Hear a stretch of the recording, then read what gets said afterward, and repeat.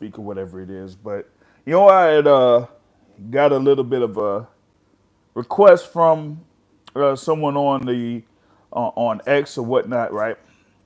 They talk about what's going down. Of course, you have these fights coming up May 2nd, May 3rd, and May 4th. And you have these headlining bouts. Of course, you have the Ryan Garcia versus Rolly Romero there at Times Square, May 2nd.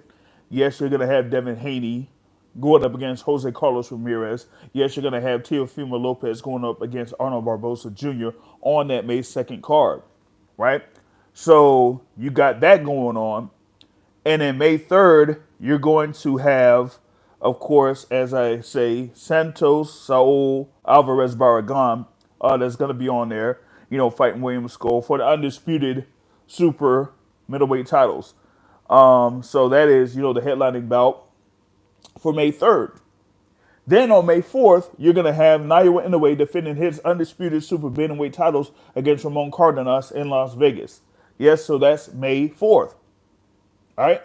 But you would think, I mean, it's supposed to be, three, major events going on in 3 consecutive days. But, what I'm getting from some people is that you're not, really seeing much buzz about this, whether it's inside the boxing circle or outside the boxing circle, particularly outside the boxing circle, because the main thing about it is to try to get more and more people interested in the sport of boxing, particularly those that used to be interested in it, but have basically been turned off by it. So you have something here where this is supposedly billed as like the biggest weekend in boxing, so to speak. Of course, Cinco de Mayo weekend, usually you would have one fight or one fight card that's usually based around Cinco de Mayo weekend. Now we have three.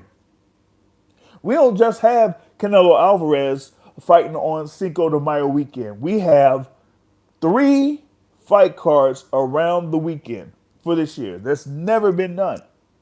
And with that being said, it's almost like, is people really amped up about this fight week overall? You know, if y'all have been, following this channel here, of course, we have, of course, Edward Kid Vasquez that's going to be fighting on May 4th, right? He's going to be fighting Rafael Espinosa for that WBO Featherweight Championship on that May 4th card in T-Mobile Arena. All right? So we got that as part of the fight card on May 4th. And I don't know, because could it be the main events aren't necessarily being as attractive to some people as maybe some of the other top billing or top events that have happened, in the past or, within this year? We've had, like I say, hey, you had Tank Davis versus Lamont Rose Jr., right, on March 1st. You had David Benavidez versus David Morrell Jr. on February 1st. Those were two big events that were within a month of each other. They weren't like back to back to back or day after day after day, right? So it's almost like, are people like saying, hey, do we have to commit to this one event and pass on another, or is it that maybe they just don't have enough interest in those particular fights? You always talk about the whole thing there where you got Ryan Garcia versus Rolly Romero. Now, if you've checked out the Boxing Source podcast live that's on YouTube, on the YouTube channel on Sunday, I talked about, within that particular card, you have Ryan Garcia going up against Rolly Romero. You got Devin Haney going up against Jose Carlos Ramirez, and the odds are highly in favor of both of those fighters. I pretty much checked it out, man. I mean, I go in there and, I see that, what is it that you have these odds completely in favor of Ryan Garcia. It's overwhelming. They're overwhelming favorites. That's the thing about it. You got Devin Haney at a 12-1 favorite. That's right, minus 1,200.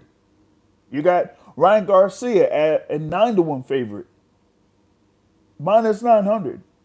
So it's like, hey, I don't understand it. Hey man, they need to turn this damn gum green screen off. Who put this green screen thing on here, man? Talking about I don't want an automatic green screen. That's crazy. You know what I'm saying? I don't know. It's like some whole dude things here with YouTube or something. You know what I mean? But they automatically choose it when you press a button on this thing, right? But yeah, let me get back to it. So you gonna have, right, Ryan Garcia going up against Rolly Romero, where he's like highly favored there in that joint, right? With him being at minus 900 on the odds.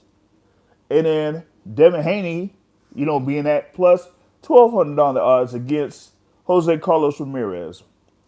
So is that the reason why, like, maybe it doesn't seem like people are really interested in that card?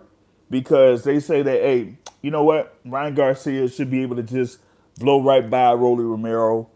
Devin Haney should just blow right by Jose Carlos Ramirez. We should just be getting the rematch between Ryan Garcia and Devin Haney instead of them fighting other people. You know, it's almost like they're trying to just build up for that rematch instead of just having the rematch immediately after what happened. Especially since now you got Ryan Garcia that is been out the ring for a whole year. But at the same time, hey, Devin Haney has been out the ring for a whole year. You feel me? So it's like if you're gonna have both of them have those same type of breaks, might as well just have them fight each other. But nope, that ain't what they're doing here over at Times Square. You feel me? And so you got them two and two separate belts. You got Teofimo Lopez on the card, right? And he's the one that is a world champion. And yet he's, not even a co-feature on the fight card. He's going up against Arnold Barboza, and those odds are, pretty close there. What is it? They got, minus 240 for Teofimo and plus 180 for Arnold Barboza, for the time being. So that's the one that's like the actual fight that could be, anywhere close to a toss-up. But, that's what they, got going on, for this thing, right? So that's what you got coming up on May 2nd. Now, May 3rd, man, you got Canelo Alvarez there versus William Scull. And if y'all check the odds on that, man, they have like heavily, heavily favored Canelo Alvarez. What is it, like 50-1? It's like 50-1 or something. You know what I mean? It's absolutely insane. So I don't understand why you're gonna have this fight coming up with Canelo and William Scull. With Canelo, being that, that highly favored. Now, I mean, I've heard, some rumors about Canelo Alvarez and him and his preparation for the fights and not really, doing what needs to be done as far as like his overall conditioning and that type of stuff. But it really don't even. It's like it almost doesn't even really much matter against a William Scull. Looking at the odds there, I'm looking at what is it? Shout out to ProBoxOdds.com, right? And you're gonna have Canelo Alvarez at minus 3,000 on FanDuel. Come on, man. DraftKings got him at minus 4,000. Caesars Sportsbook got him at minus 5,000. Come on. That's like 50-1. 50-1, right? Now, they got the rematch between Jaime McGee and Bruno Sarachi on that card there for May 3rd. And yeah, you ain't going to have those large odds like you had in the first bout. But they still are favoring Jaime McGee at like almost minus 900, or minus 800. So with those type of odds for these fights, it's almost like they aren't necessarily saying that these are good matchups. You know what I mean? So if the odds are saying that they ain't really good matchups, then are people really anticipating these fights coming up for this fight week? You know, I'm not sure. And then you got the, what else is going down with, May 4th with Naoya Inoue versus Ramon Cardenas. I mean, Inoue is there as, the undisputed super bantamweight champion, as I mentioned, going up against Ramon Cardenas. What I don't forgot if he is like a, one of those mandatory challengers or whatnot. You know what I mean? Because, you have mandatory challenger after mandatory challenger sometimes for Naoya Inoue, and it almost seems like it's where Inoue is just highly favored against all of those challenges. You know what I mean? So I mean, you got Cardenas, who's there at the number one in the WBA, right? So he pretty much kind of like semi, uh, like pretty much like what I would say he is acknowledged as a mandatory Ramon Cardenas, but you also have Mziak Mandaliev as the WBA interim champion. So how does that work, right?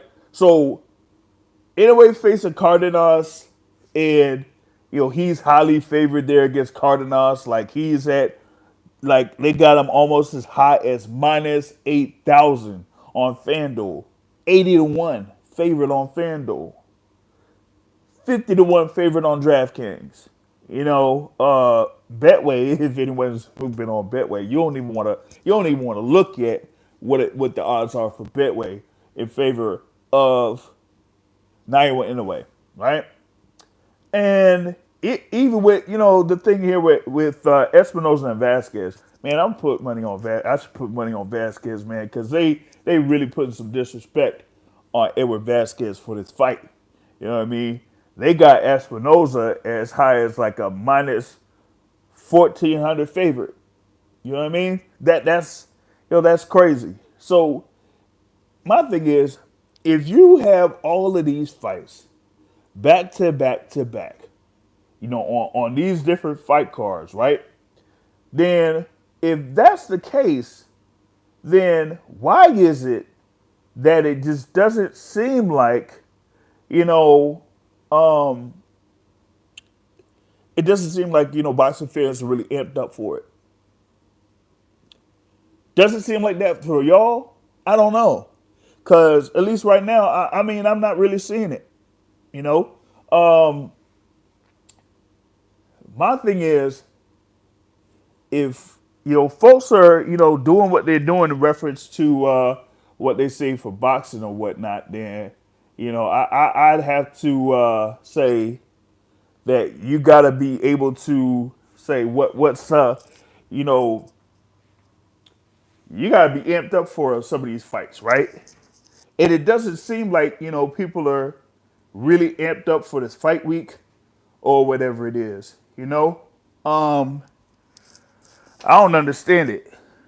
I want to get some of y'all thoughts on it. Like, are y'all even looking forward to this Canelo fight coming up? Are you looking forward to this Ryan Garcia fight coming up against Rolly Romero? That had the whole thing with the face off or whatnot. You got, like I said, Devin Haney on that card. Anyone really looking forward to that? Like I said, Canelo on Saturday. That fight card on Saturday. You got, of course, Naoya Inoue on that top ranked card in T-Mobile Arena on Sunday. Like, are y'all, really amped up for these fights, or is there just something missing in each of those fight cards that has y'all saying like, I see that they're having these fights, but we ain't really like up for them. At least it doesn't seem that way. So, with that being said, I want to hear y'all thoughts on it. Just wanted to do that there real quick. But we're gonna be still doing a midweek report on Wednesday and having the Boxing Source podcast. It'll be scheduled for Monday, May 5th. So y'all be sure to catch that. Just wanted to get this in here real quick.